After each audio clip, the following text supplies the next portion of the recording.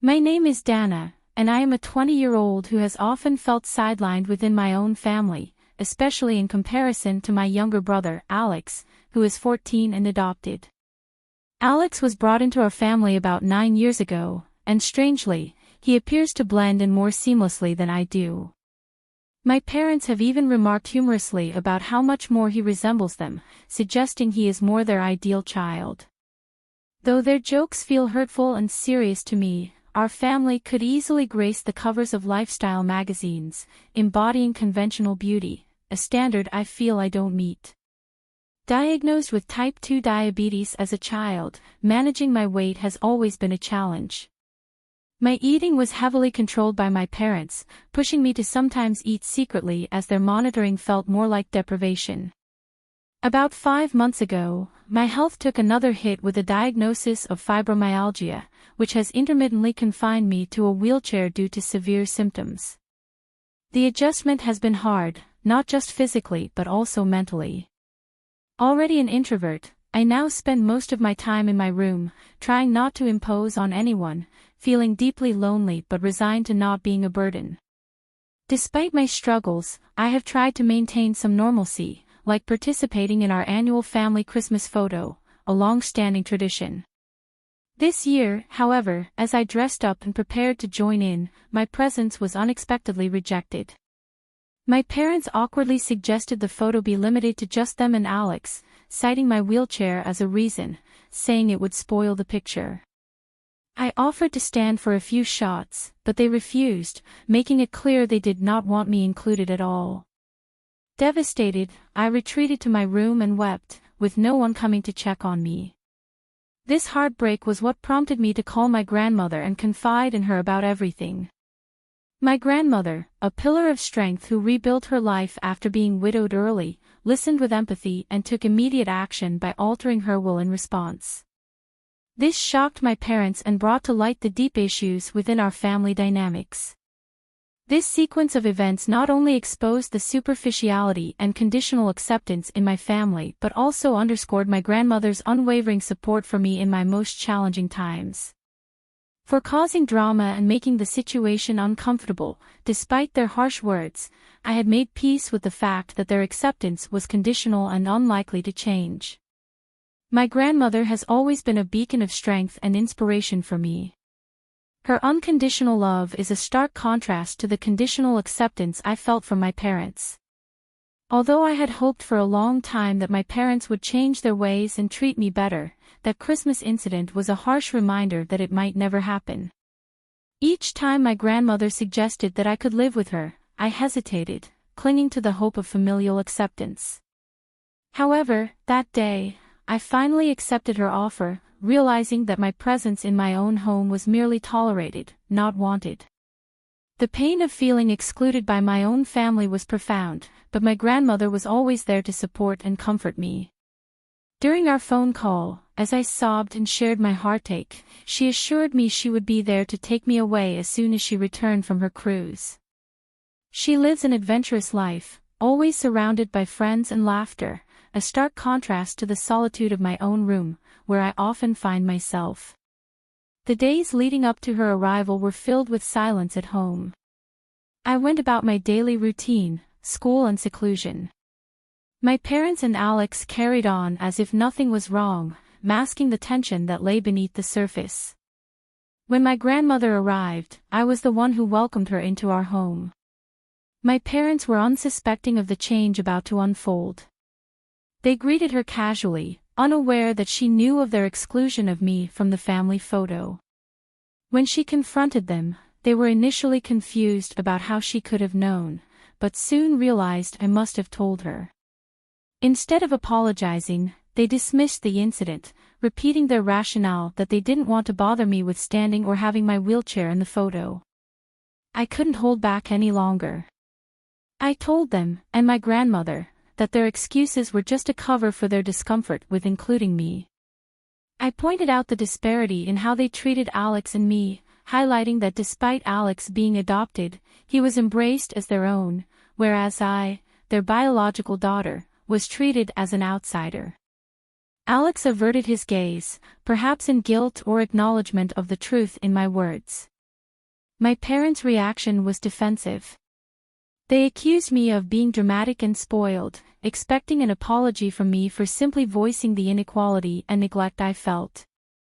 They could not see how their actions and words were not just personal slights but deep wounds to my sense of longing. As painful as it was to confront these truths, my grandmother's presence gave me the strength to stand up for myself. Her unwavering support made me realize that I deserved to be in an environment where I am valued and loved unconditionally. With her, I knew I would find the acceptance and love that was so lacking in my own home. I was ready to leave, not just the house, but the conditional love that had defined my existence there. My grandmother had promised to take me with her, and I trusted her completely, ready for a new beginning where I could truly feel like part of a family. But now that we've started to reconnect, things are gradually improving between us. The conversation with my grandmother had opened my eyes to many things, including how my brother had been influenced by our parents' behavior towards me. I guess he had picked up on their cues without fully understanding the impact of his actions on me.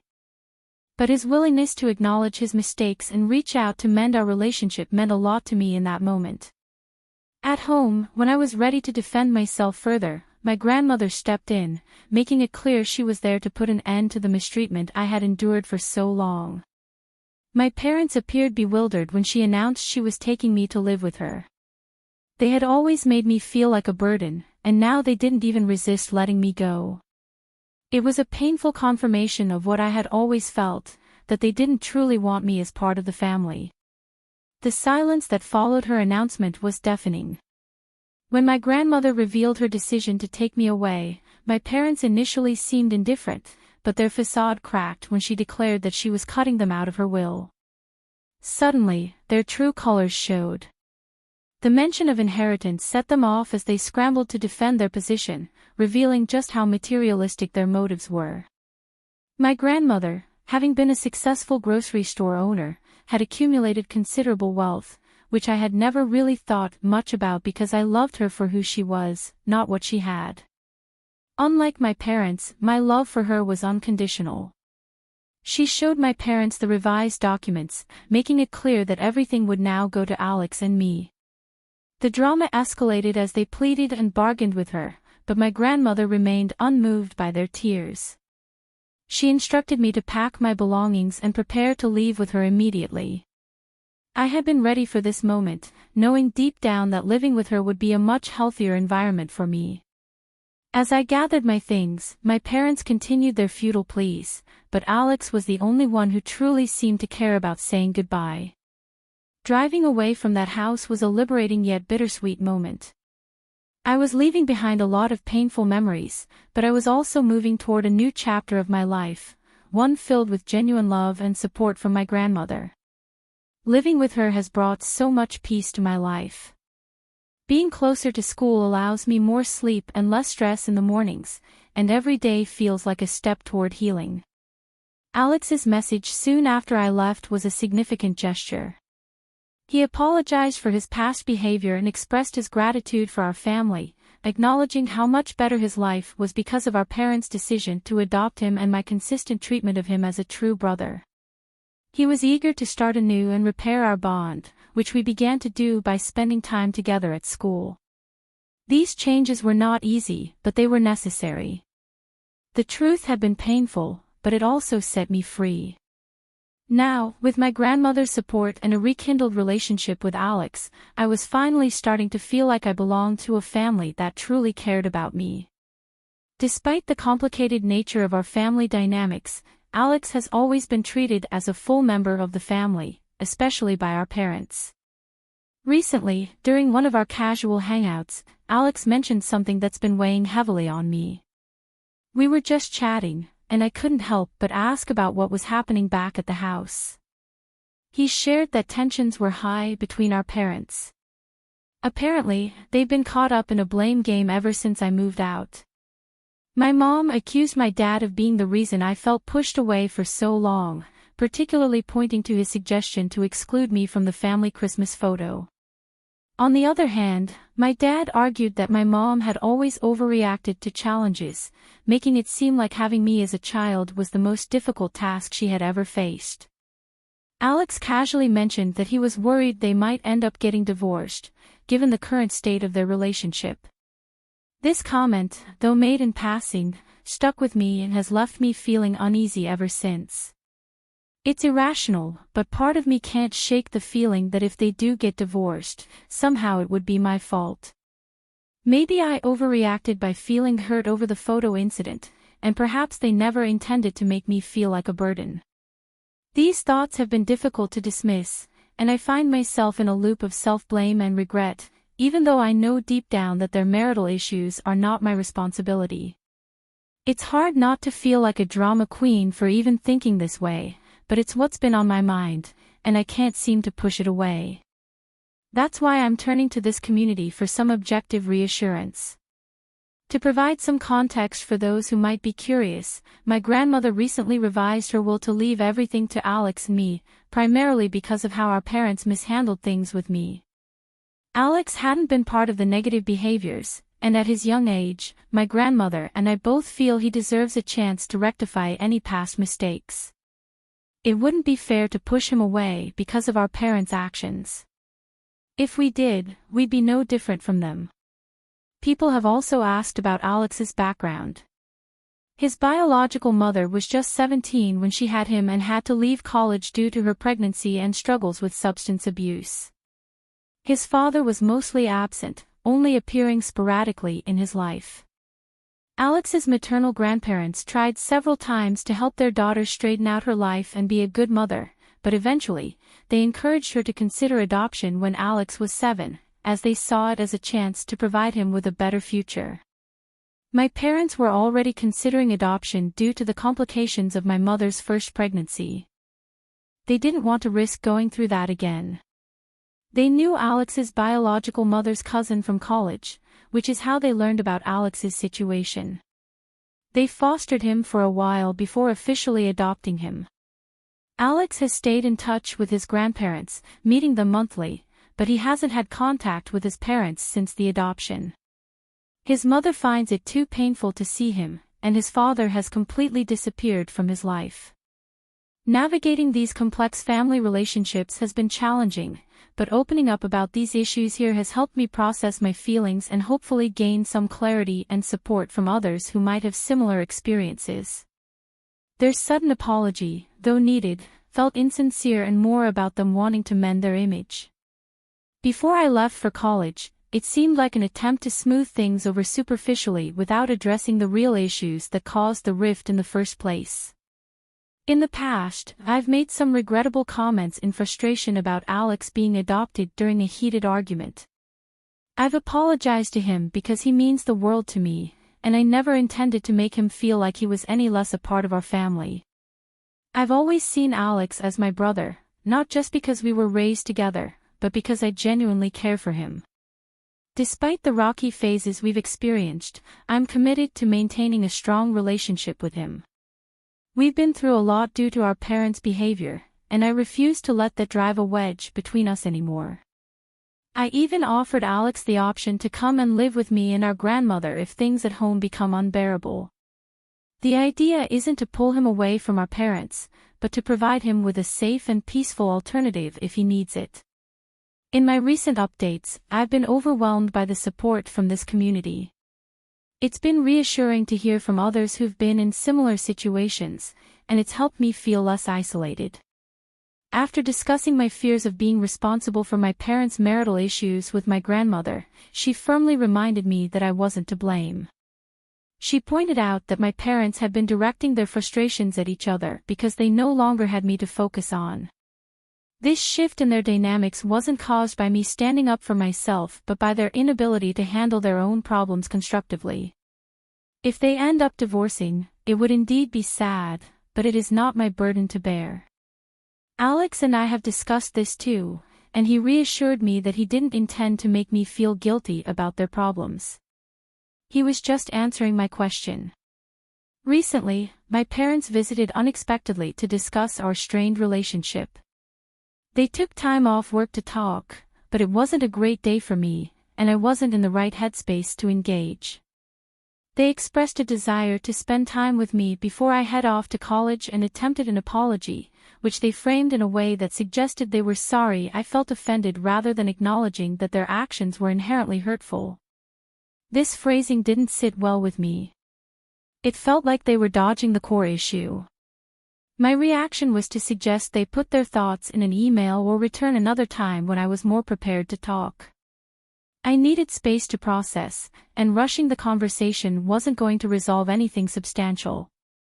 This might seem like I was avoiding the issue, but it was necessary for me to manage the situation on my terms, especially considering the emotional toll their previous behavior had on me. Alex understands my stance and supports my decision to handle things this way. We've promised each other not to let family disputes influence our bond.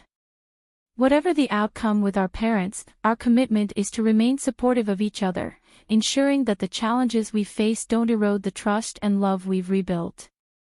This approach is about maintaining our well-being and ensuring that, regardless of what happens in our family, our relationship remains intact and strong. After a series of challenging interactions, it's become clear. It's become clear to me that my parents' approach to our issues isn't about understanding me or correcting past mistakes. During a recent attempt at conversation, I tried explaining that my feelings of upset stemmed from their offensive actions. However, instead of acknowledging this and trying to make amends, they shifted the focus, claiming that my distance was to blame for their ignorance of my struggles. This only confirmed my suspicion that they were incapable of genuine apologies and were more interested in manipulating the situation to make me feel responsible. Feeling increasingly frustrated and realizing that this cycle of blame and guilt was going nowhere, I asked them to leave. They resisted, insisting that we needed to have a full discussion, as if a mere conversation could fix the deep-rooted issues between us. They seemed to think that because of what they had provided for me, essentially basic parental responsibilities, they deserved this dialogue. I couldn't engage further without becoming more upset, so I decided to retreat to my room. At that point, my dad escalated the situation by demanding I stay and talk. Thankfully, my grandmother was there to intervene. She firmly told my dad that raising his voice wasn't acceptable in her home, especially after the way they had treated me. She made it clear that if I chose not to engage, they had to respect that decision and leave. This incident was an eye-opener for both me and them. It underscored that their main concern was how this familial discord might look to others, rather than focusing on the actual well-being of their children. They were worried about appearances, fearing what people might think if they knew I had moved in with my grandmother. I was beyond caring about their concerns for reputation. I was focused on my own future and healing. After they left, my grandmother and I discussed whether I wanted to see them again soon. For now, my answer was a resounding no. She supported my decision, assuring me that she wouldn't allow them to just drop by uninvited. I'd also talked to Alex about their visit. He was surprised by their actions and mentioned that the mood at home had been gloomy since their return. While I felt for him, I knew I needed to maintain this distance for my own mental health. I'll be leaving for college in a week. I got into my first-choice school, and my grandmother has arranged everything for my move. She'll even stay with me for the first couple of weeks to help me settle into my new apartment. It's a big step, living on my own, but I'm ready and looking forward to what the future holds. My mental health has significantly improved without the constant stress from my parents. Alex and I plan to keep in close contact through FaceTime, aiming to chat at least once a week. Although I'm sad to leave my current life and the security of my grandmother's home,